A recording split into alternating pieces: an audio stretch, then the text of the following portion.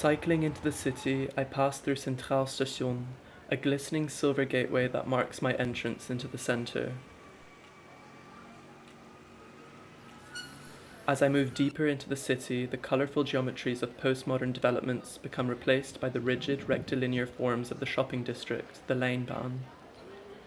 Cycling further south towards the Nieuwe Maas River, I notice a more traditional architecture emerging alongside modern and postmodern developments, and finally, my journey is complete at Het Park on the river, where I can just about see the Euromast towering over me through the trees. I park my bike, sit in the park for a while, and then decide to continue my visit on foot, meandering around the Veerhaven. I turn a corner and the Erasmus Bridge emerges, its white cables sprawling between the city's north and south banks. Numerous skyscrapers rise from the land across the water, and as I continue walking, determined to keep the river on my right, the peripheries of my view are punctuated by shimmering windows high above the ground.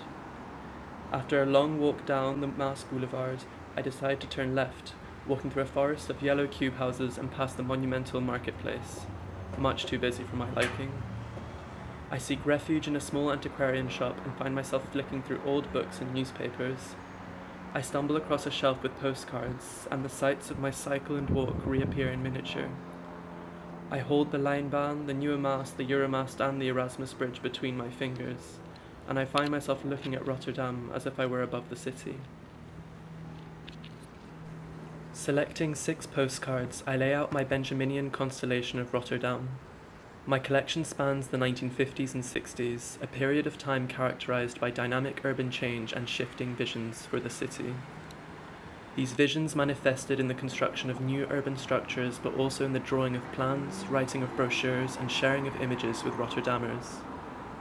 Within this web of material abundance, which Gert-Jan Gokken makes evident in the saturated layers present in his work, I reject an all-encompassing historical narrative and instead interrogate distinct fragments of Rotterdam in order to mobilize a non-linear spatial history. Each postcard acts as a new layer to Gokken's work, on the one hand, building on the density of information present and, on the other, allowing critical contradictions and moments of intensity to become apparent. Moving from postcard to postcard, I describe and define optical situations they frame: vertigo, oscillating views, reproducibility, memory, attention, and delight. Through the act of writing, I extract information from the postcard images and allow myself to follow the development of thoughts as they oscillate between image and the city, underpinned by various theoretical writings.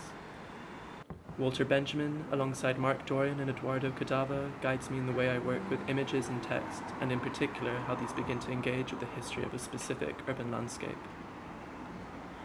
Each selected postcard, each briefkaart-denkbeeld, agitates a unique perspective of Rotterdam's reconstruction, allowing specific moments, monuments, built forms, and urban features to be discussed in detail.